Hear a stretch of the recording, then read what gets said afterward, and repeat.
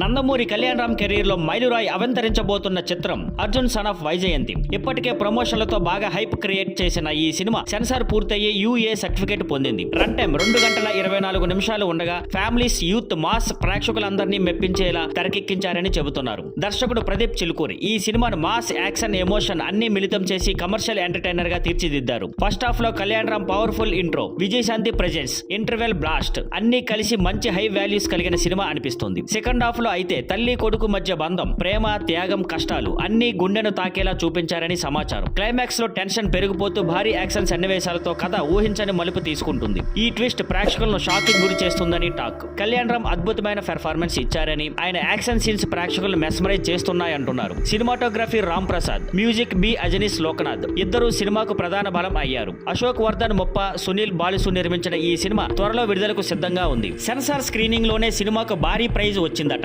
Box office వద్ద పెద్ద hit అవుతుందని అంచనాలు నెలకొన్నాయి. Thank you for watching. Please like, share and subscribe.